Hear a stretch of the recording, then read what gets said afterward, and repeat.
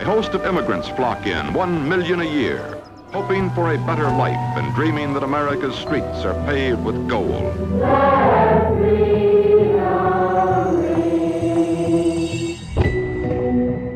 The American economy is one of the wonders of the world. Equality of opportunity. Jobs for those who can work. Security for those who need it. I was taught if you have to work several jobs, you work several jobs. It feels like it's going backwards to me.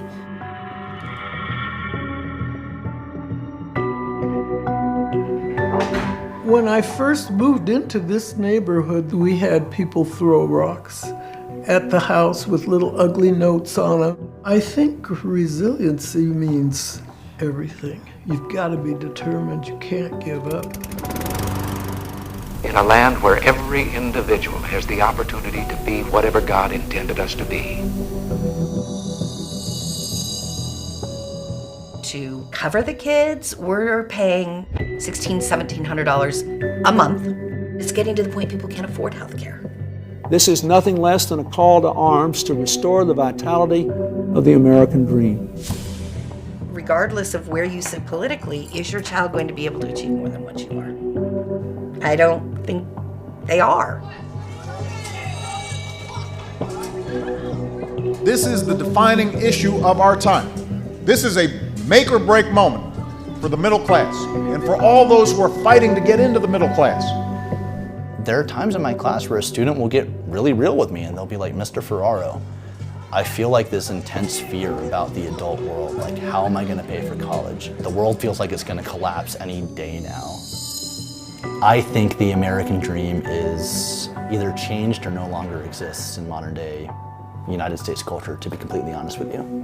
We share one heart, one home, and one glorious destiny.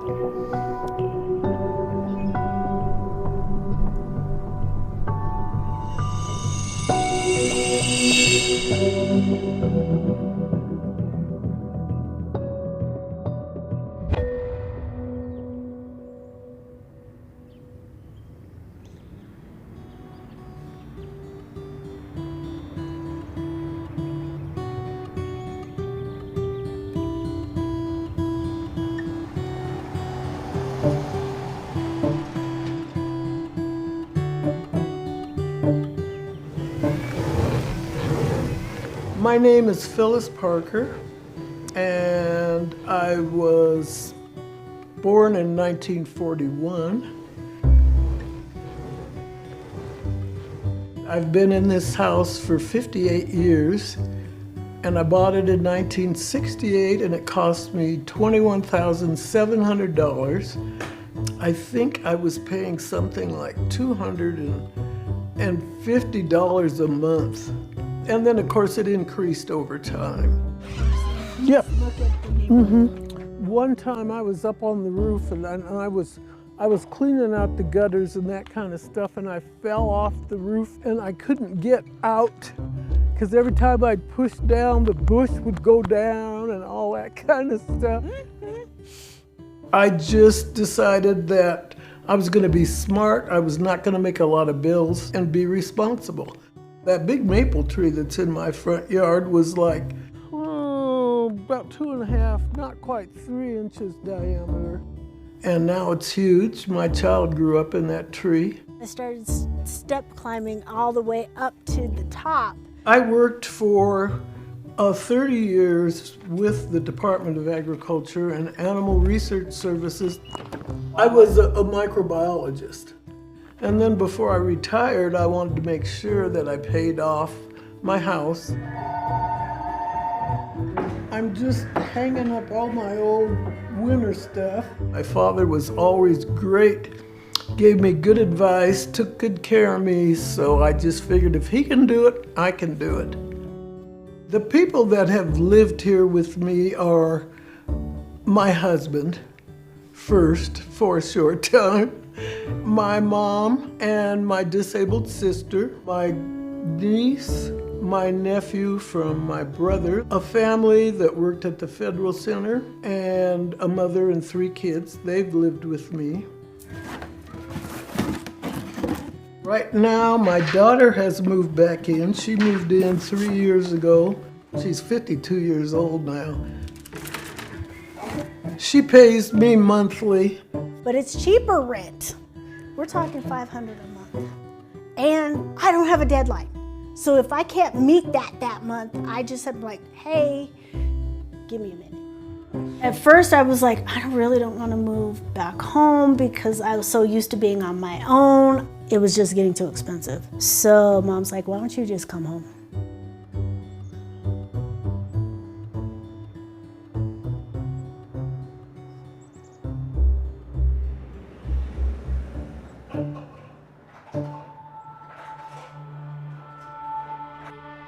My name is Carrie Rochelle Parker. Mom and I both, mainly Mom, wanted me to finish school, and I'm almost there. So I have 9 more credits, so it'll be next year. Hey, you. Took me 52 years to figure out what I'm actually really good at.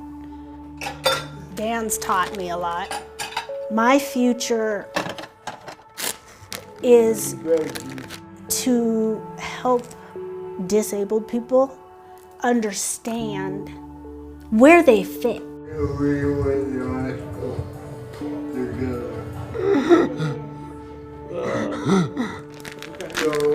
I make his dinner, get stuff ready for the next day, feed him. And then to enjoy the people you're helping. Do we have another filter?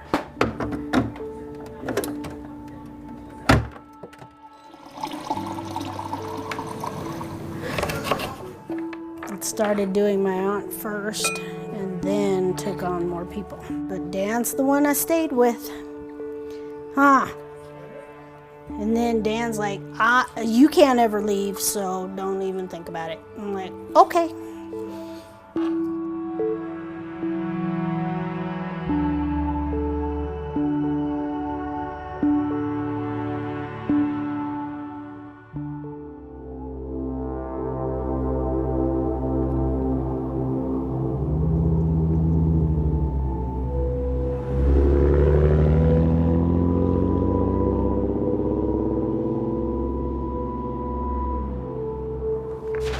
I got her. You got me. You kidding? I've had you for 52 years. I know. I was on the Affordable Care Act with the doctor, the dentist, the eye doctor. I wasn't getting the services that I needed. So now I have no insurance. I stopped paying it because I'm like, if I die, I die. So we're just gonna have to do it that way.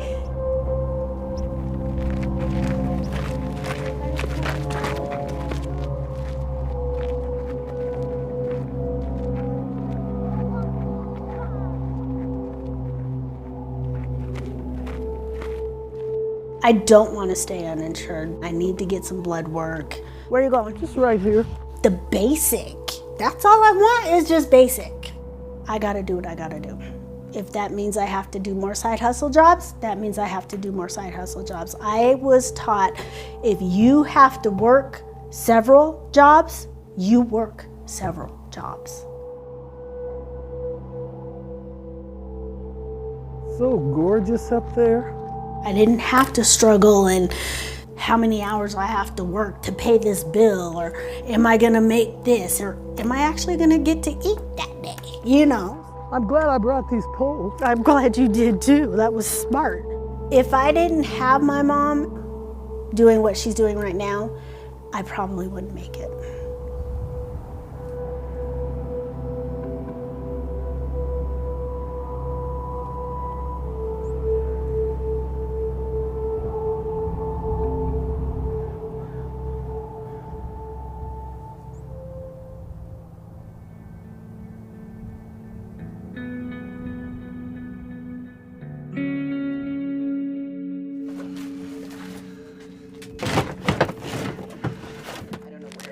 his handprint on it. I know there's a tree. My name is Julianne Scott Williams. Oh, whose is this one? Was originally born and raised here in this neighborhood. I'm a special education teacher here in Jeffco. I lived in Virginia for about 20 years and have recently moved back to my childhood home, which is where we are.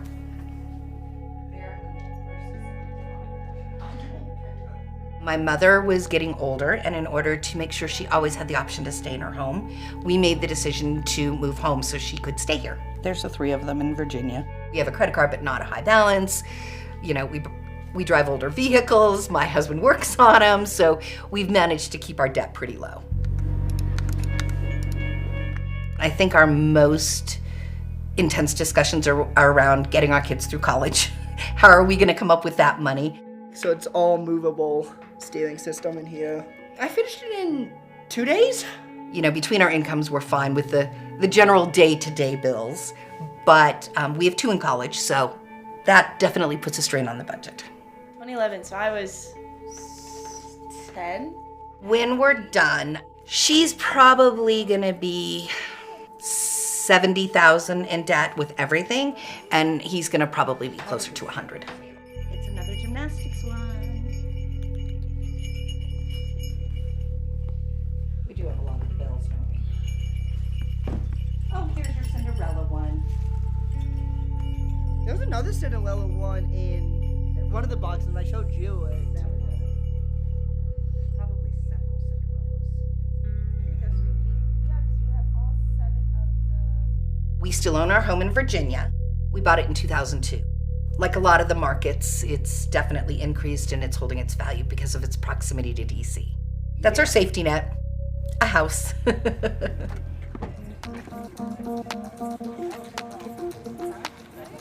Oh, I have so much dog hair on. We've taken out Parent Plus loans, so that money goes directly to the university, and then we plan to pay those off by selling the house so that our portion is paid off and most of the kids' debt is paid off. Financially, I think you have to be adaptable.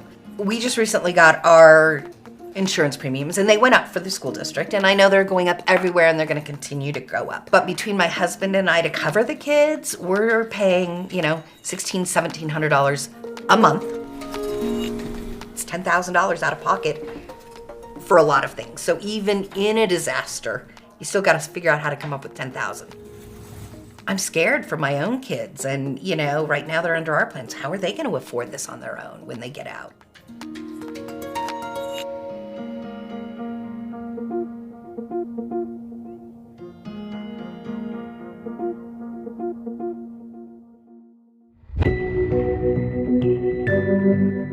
I also think that my parents did not exist in the same economic scenarios that I am finding myself in right now when they were my age.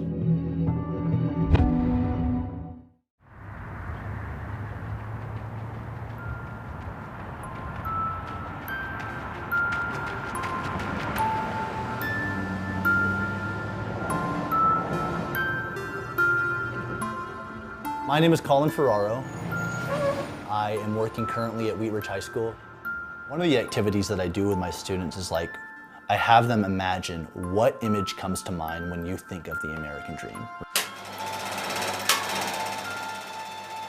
2-story house, white picket fence, cat, dog, wife, husband, partner, and a few kids. 2 cars in the yard. These skilled craftsmen began their trades as apprentices. I think ultimately this idea of pulling yourself up by your bootstraps is a distraction from the rapidly shrinking middle class that we see here in America.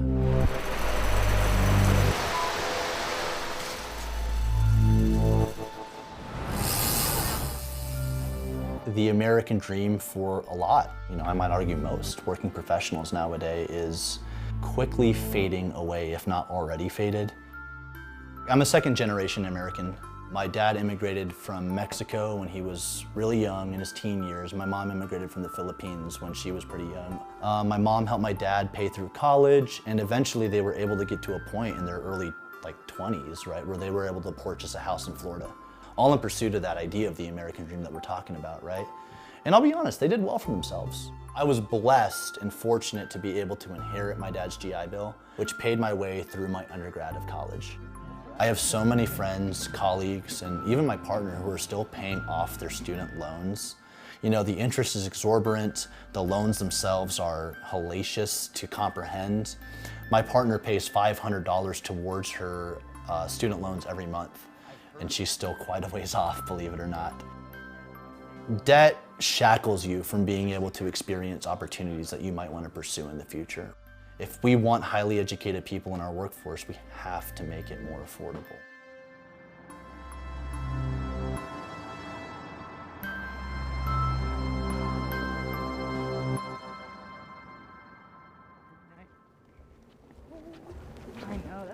My partner and I, we share finances, right? There is just no real avenue for us to be able to achieve that vision of the American dream.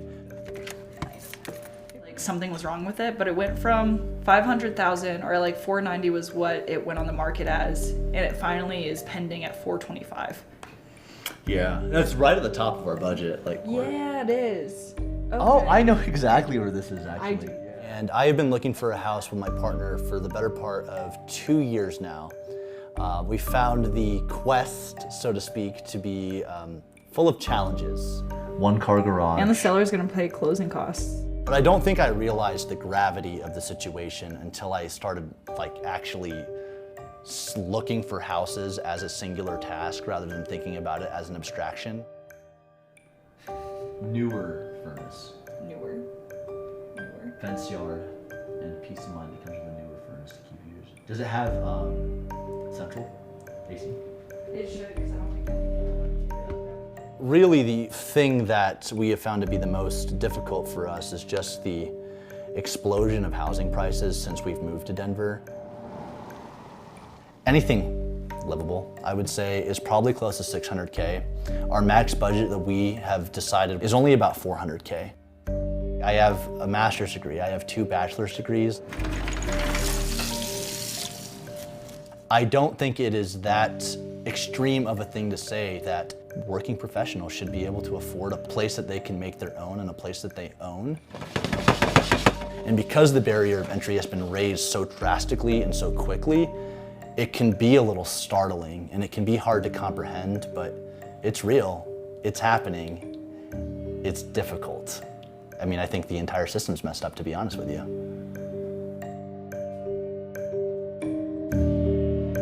And we had to literally be like, okay, you're gonna wake up at 6:30, you go to the kitchen from 6:30 to 7, and I have the kitchen from 7 to 7:30, and then we have to leave.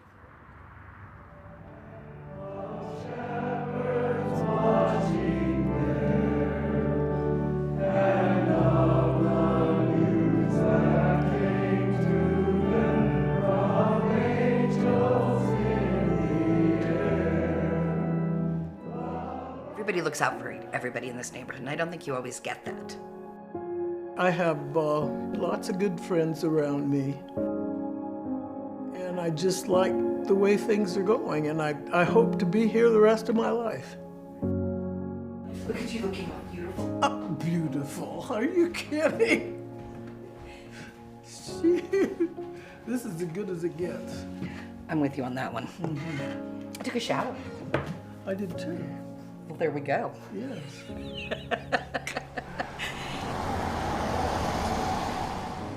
I had just moved into this house in 1968. A little girl comes knocking on my door. She asked me, did I have any kids? And that little girl was Julianne. And she was 3 years old, and I said, no, I don't have any kids. And she said, well, that's all right. Can I come in?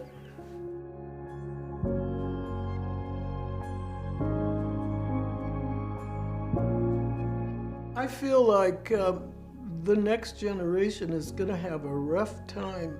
I don't think I'd want to be bringing a child into this world anymore. There is something to be said for the fulfillment that someone receives from having a child. But the financial toll it's just not realistic. And it's a shame that that opportunity doesn't seem like it's there. So have you been out today? I went yesterday or that they be warrior. It feels like it's going backwards to me. You've gone to school, you know, you're paying your bills like you're supposed to, but yet you don't have enough to have health insurance. Something has to give. That one's an antique. Regardless of where you sit politically, is your child going to be able to achieve more than what you are? I don't think they are. I very deeply want to see all of my students succeed and become the best versions of themselves. I always tell them, the best thing you can do for yourself is just worry about your own journey and take pleasure in that journey in itself. And just realizing that every day you should work to just be a little bit better.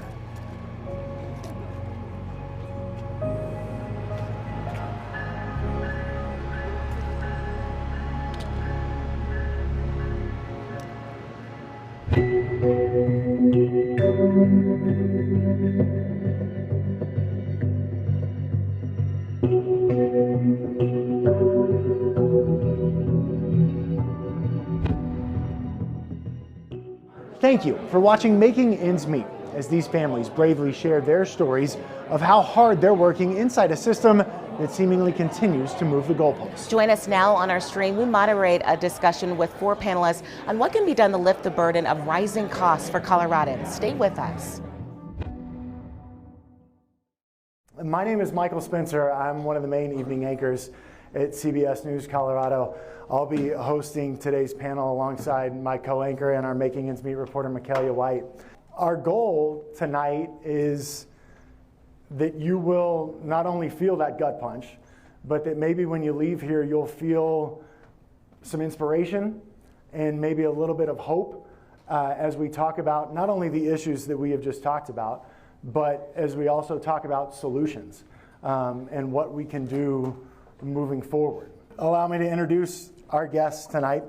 Donna Lynn is the CEO of Denver Health.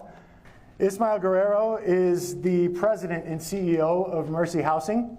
Hank Brown is a former U.S. Senator and former president of the University of Colorado and the University of Northern Colorado. And J.B. Holston is the executive director of the Colorado Department of Higher Education. Ismael, I want to start with you, because housing is something that is top of mind, I think, for everyone, not just here in Colorado, but across the country. It is maybe the number one thing that we hear about, especially when it comes to affordability. And some of the numbers that we saw in this documentary really kind of hit home, including the one that in the 1960s, 2 years of household income could buy you a home. Not that you would necessarily pay off your home in 2 years' time, but today it takes 6 years of income, and median rent is 12 times higher than it was in 1970. So the question, I think the question that a lot of people continue to ask when it comes to this topic is why? Why are we seeing that, and what are the factors that are leading to that disparity? Thanks for the question, and thanks for having me here. I took pages of notes because, as I said, this is not, it's not one thing that created the housing crisis, certainly in Colorado. It's many things.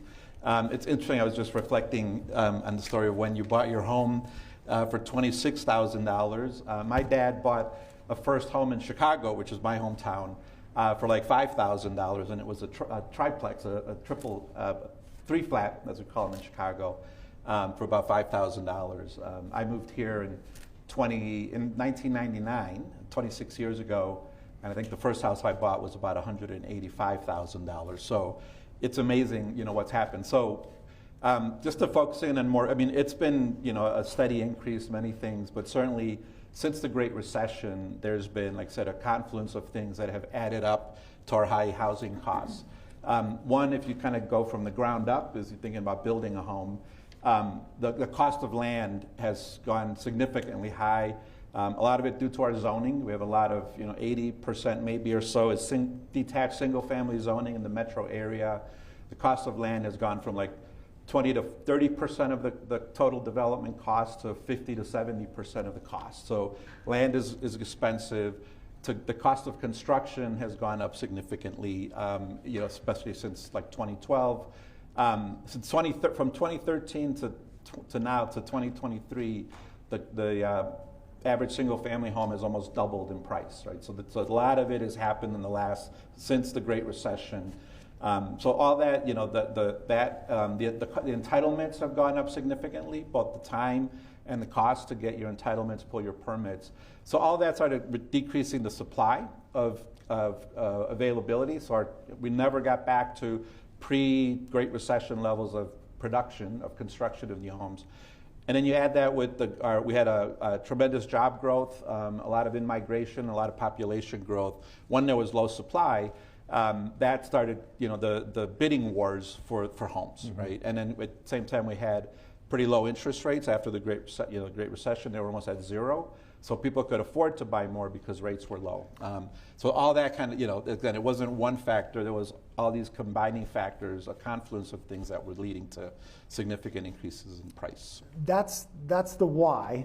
Yeah. Now the question is maybe what can we do? And I know you said there's more than one factor, and there's probably more than one answer here. Mm-hmm. What maybe reforms or policy decisions do you look at and say, hey, this is one or two things that could really help Coloradans? Yeah. I would say that I'd point to three things. One, this is not the easy one, right? We need to build more, we need to build it cheaper, we need to build it faster. So that means we need to increase the supply. That's the supply side of it, right?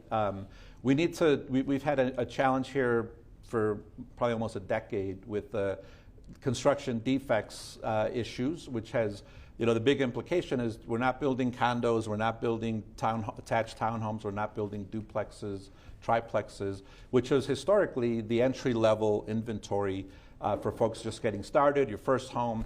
So we lost that. And then we have, again, between zoning and entitlement process, it's gotten more expensive, riskier to build. So what you see is either folks like me who are able to build affordable housing because we get a lot of state subsidies, a lot of federal subsidies, or folks have gone to the upper end of the market because of the costs and the risks and the time. And so we have that missing workforce, missing middle housing in particular, that then pushes people to rent and buy lower, at lower costs. And then, the last statistics I'll say is, from a cost burden perspective, about 14% of households in Colorado are paying more than 50% in terms of housing costs. 25% of renters are paying more than 50% of their total income for housing. And if you're low income, it's almost 80% of households are paying more than 50% for housing. So that leaves you nothing really for healthcare, for education, for childcare. Well, you mentioned healthcare, and Donna, I want to come to you next. One of the numbers that was in the documentary, healthcare spending 7 times higher per person in inflation-adjusted dollars than it was in 1970, and has nearly doubled its share of the average American budget since 1980. When it comes to your industry, what is it that's driving those costs? I'm going to be a little bit of a maverick, and I'm going to answer the question, what do we do about it first? Okay, all right, I like that. How's that? It is a privilege, not a right, and it should be a right, much like public education. So for me, universal health care that everybody gets, regardless of where they live, what they look like, what their employment status is the answer to the problem. Now, that's not going to happen, unfortunately. And if Colorado decided to step out and do something like that, it would have business impacts, because businesses would say, I don't want to do that, because as you know, many people who are either uninsured or even on Medicaid are working. I don't know if people are aware of this, but 70% of the population that's on Medicaid, which is a program for people at certain lower income levels, actually are working. All right, so now I'm going to talk about the problem. That's my solution. So in America, 25 million people don't have insurance. In Colorado, it's about 350,000. Why don't they have insurance? We came from a system where employers provided insurance, except it got so expensive that a lot of employers were paying almost the equivalent of the wages in healthcare. And we've got a very fragmented system. I mean, if I had to, in addition to saying universal coverage, what's wrong? The system is really fragmented. I don't believe there is a way to fix it except to blow it up and start all over. People get insurance or healthcare coverage through the federal government because they're age 65 and older through Medicare. And we've got about 70 million people that get their care through Medicare. The federal government also, along with the state, provides coverage for Medicaid, as I said. At its peak, just 2 years ago, 90 million people got their insurance through Medicaid. Unfortunately, that number is down to the low 70 millions now. And we're facing a future where fewer people will get their coverage through Medicaid because of a bill that was signed back in July called H.R. 1 that will make it harder for people to qualify for Medicaid. And then we have some people who get it through their employer. And as I said, and I think as you heard some of the stories, employers don't want to pay for health care in general. I mean, they do it to keep a workforce, but it's so expensive. The cost of health insurance for a family of 4 is $25,000 a year. So if you're in a low-wage job, your employer is going to say, I could actually employ somebody for $25,000 a year. A lot of people, as you saw in the documentary, well, they have to have a house, but maybe they go without health insurance. And you know what happens? They get sicker. And when they get sicker, they come to emergency rooms, and that is the most expensive place to get care. And you also are sicker and perhaps less productive, less able to go to school, less able to work. So I'm going to come back to there is a solution, which I think as a country, and this is true in Europe and in many other countries in the world that have less per capita income than we do, it is to provide everybody with health care as a basic human right. Do you ever see that being a reality? And you mentioned the only way to fix it is to blow it up. Is that a reality? Well, in 2010, as you may recall, so in 2010, 50 million people in America were uninsured. And we've made some progress because today only 25 million are. And when Congress and the President were able to enact the Affordable Care Act, we actually saw more people qualify for Medicaid. And we saw the beginning of what was a mandate, which I know a lot of people don't like, but employers were supposed to provide health care and individuals were supposed to provide health care. That has eroded somewhat, but I think that kind of bold legislation would help solve the problem. JB, in the documentary, we see Carrie's story, and she's working multiple jobs. And she's not alone in that. We know that many people across the country are doing that. My question is, what does that say about the quality and availability of jobs that allow people to work just one job and still meet their financial needs? It certainly starts from jobs. If we can't provide family-sustaining career opportunities for people, we can't solve everything otherwise. So we have to be very focused on doing that.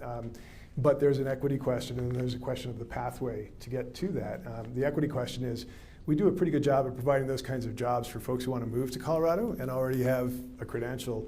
We don't do a great job at providing that kind of opportunity for folks who grew up here and want to have a family-sustaining career. So how do we go about doing that? I think there are a couple of things. One is there's been a stigma historically that if you didn't go to a 4-year residential college, you missed out. And you had to try to find a way to get there. You had to go to a community college in order to get there, or you had to, that was the epitome. That was part of what was perceived to be the American dream. It's just not true anymore. You know, the reality is that the way to get a family-sustaining career is not through a 4-year institution. If you can afford to go to a 4-year institution, it's awesome. It's a great experience. It will definitely help you in terms of your earnings. That's proven. But it's really clear that as long as you do some post-secondary credential of some sort that has value, then you can be on a path toward that kind of outcome. That's a change in the dialogue, in the discourse, in the view. We didn't think that even 5 or 10 years ago. So I think that's part of it. I think part of what we have to do is just provide those pathways and make it easy for people to find those. I think access is an issue. You know, we have a tremendous community college system here in Colorado. It's really relatively inexpensive, and there are phenomenal pathways that you can take. I was out at Aurora a couple of weeks ago at the new STEM building, and it's fantastic.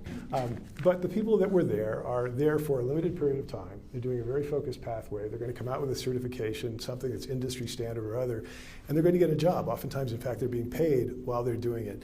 We have to kind of remove the stigma of that as some kind of a lesser pathway. I think things like downtown Denver. This is a little orthogonal. I just wanted to use that word, but this is a little orthogonal to your question.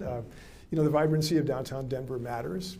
Part of the reason why this state was doing so well is that people wanted to come and live and could afford to be in downtown, and it was a great place. I think reviving Denver is part of the answer too, because I think that then brings other industries here that will grow.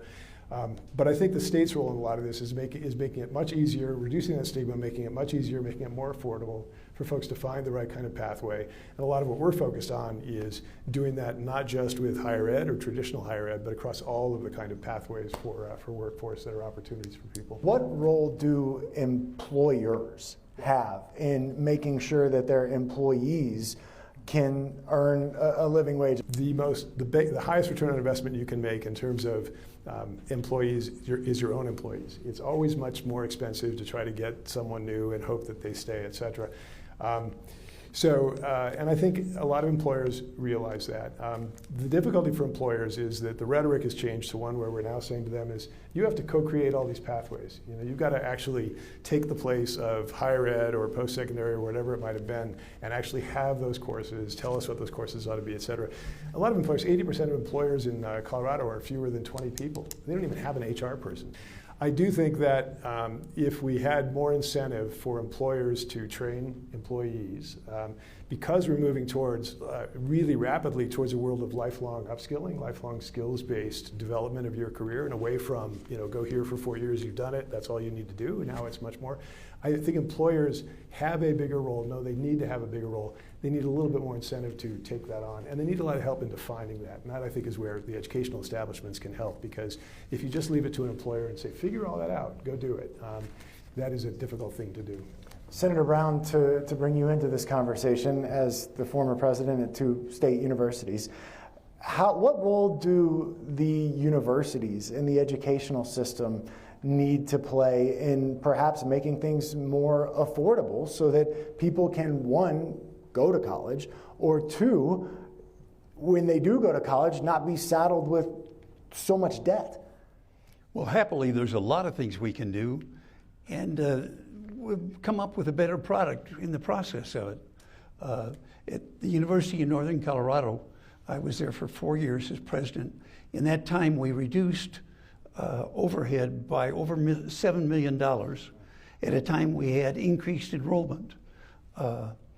Was it easy to do? No, it wasn't, but it worked.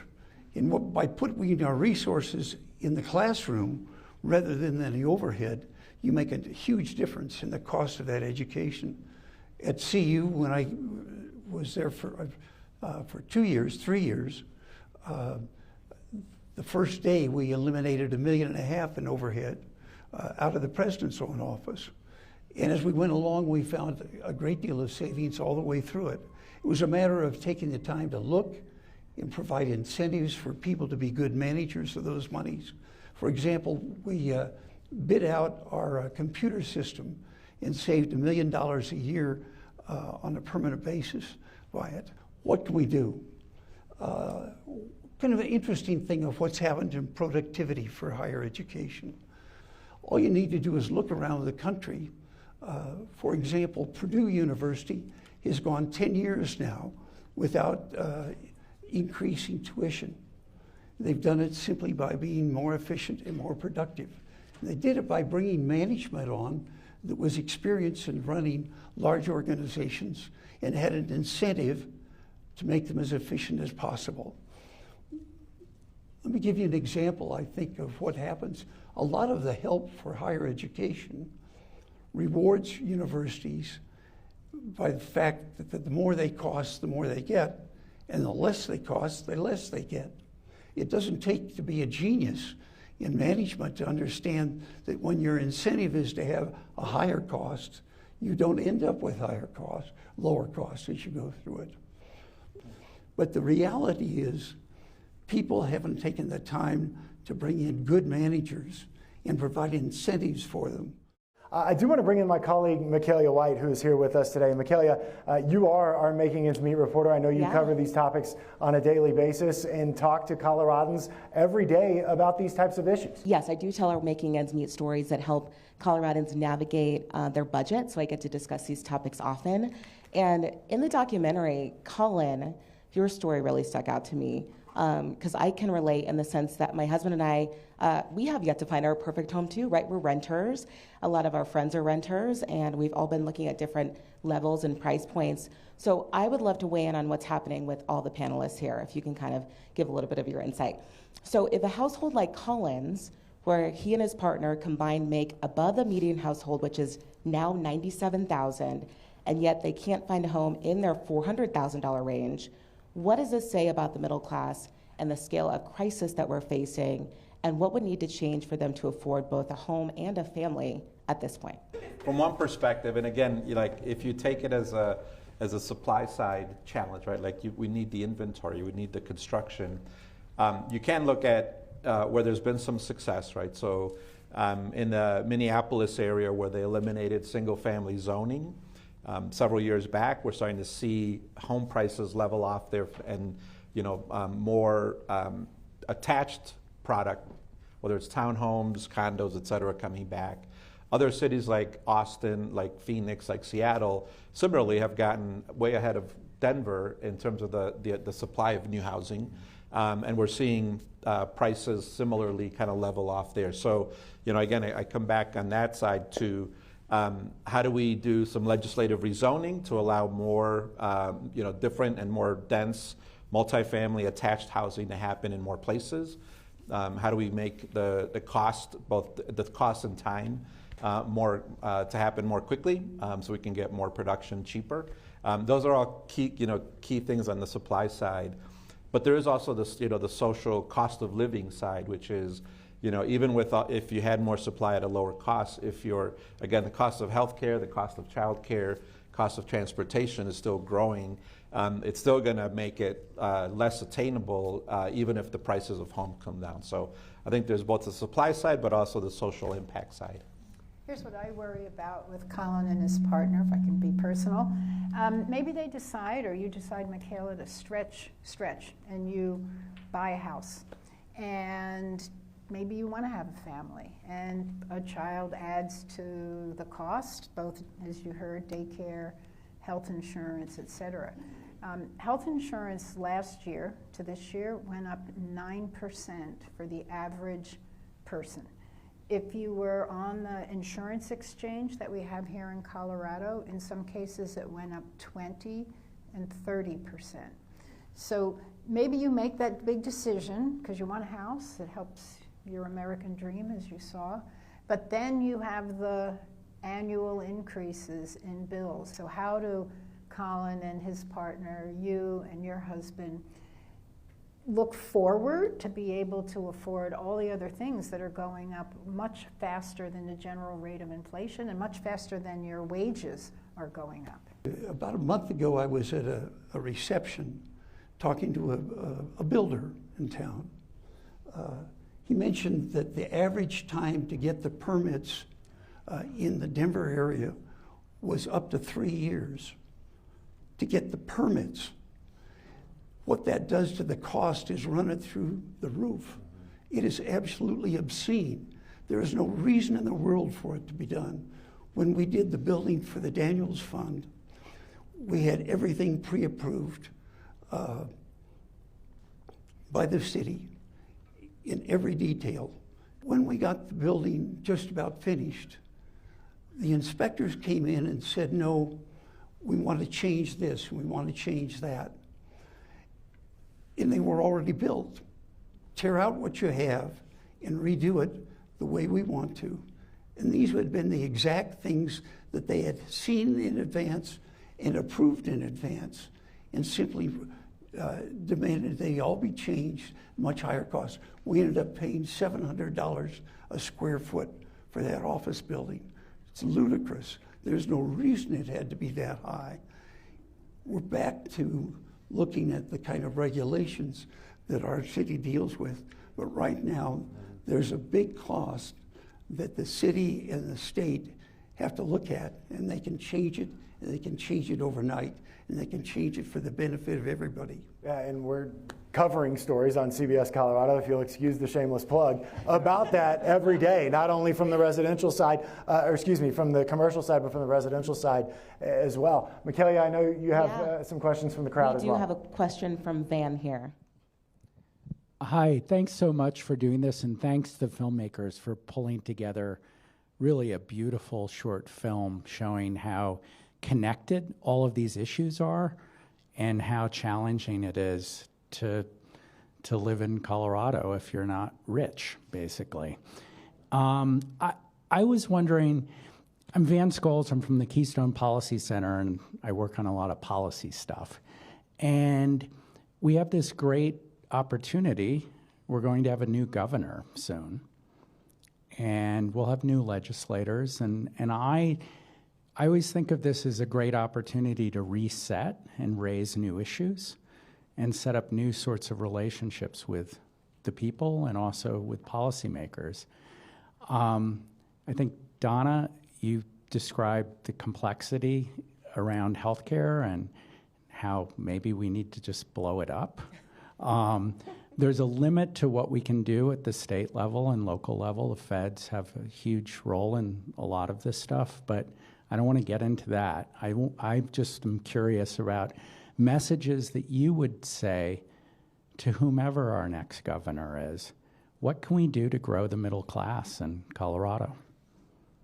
An excellent question. Since I didn't get to say anything before and I had nothing to say before, I will I'll jump right in. I think it's a good challenge for the next governor. I think it would be great to go in and say that should be the design center for your term, whoever you are. Because that leads you to policy priorities, of course, you know this, given what you do, that are very different than if you say, my priority is to bring more, high-end businesses into the state or whatever else the priorities may be. So I think that's a really critical thing. And I did have one answer for the question of your question, because my son is in exactly that same position, which he and his partner are trying to figure out. He lives in San Francisco, so in some ways it's even worse. What I liked was the creative solutions that are existing in places like Oakland, where folks are getting together, buying as a co-op a building, and making it a place where they're going to raise families collectively over an extended period. They're having a lot of success. They're growing very quickly. I'd love to see more of that here in Colorado. I think we do have one more question from the crowd here. What's your name? Beryl. Hi, my name is Beryl Durazo. I'm with Front Range Community College. Thank you, JB, for mentioning the impact of community colleges in our state. Community colleges are significantly underfunded compared to our university partners. We know what drives up costs, both for our university partners as well as community colleges, is we heavily rely on that tuition increase to be able to pay for our costs. We're 49th in the country ranked for our spending on higher education. We moved up to 43rd. I'm so sorry, 43rd in the country. So would love to hear, I think there is more changes that need to happen at the state level to help invest in the future education of our children. I have a 3.5-month-old. I want to see a good, accessible future, whether he decides on university or community college. Thank you, Carol. I'll give a quick answer. Of course, you've run in these institutions, so you'll have your view will be important, of course, here as well. First of all, I think community colleges are awesome, and if you haven't gone and visited one, you should. And if you haven't become an adjunct teacher at one of them, you should. And if you haven't thought about it as a pathway or an opportunity for your child, you should. They're growing faster than any other category of institution in the state, with the exception of the area technical colleges, which are obviously teaching the trades. So that's one thing. I think the second thing, the bad news is, I don't think the state's going to move up from 43rd to anything higher than 40th anytime soon. So I think our plans have to just assume the environment we're in. There's talk about, well, gosh, the next governor will blow up Tabor, whatever.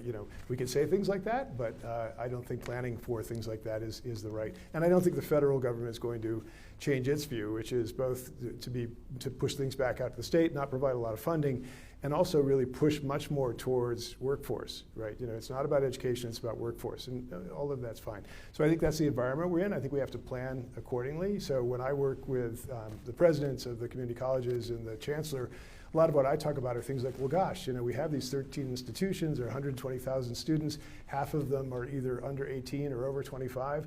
How can we think of this as a really creative platform, maybe an AI-enabled platform that can allow for lifelong skills-based training for all Coloradans at the lowest possible cost? And they look at me and say, you go figure that out. But I think there are opportunities like that. I think the community colleges are really central to all that, so I appreciate the question, and thanks for what you do. Senator Brown? Let me just add a second to that. I think our community college system is the best bargain for an education in this state and in many states. It has an excellent spread of curriculums. There's many choices and wide variety, and it's a quality education for your associate degree. So if you're thinking about college and are concerned about the cost, it's the #1 thing you ought to look at because we have a tremendous resource in that area. And with that, go ahead, JB. Go Front Range. Yeah.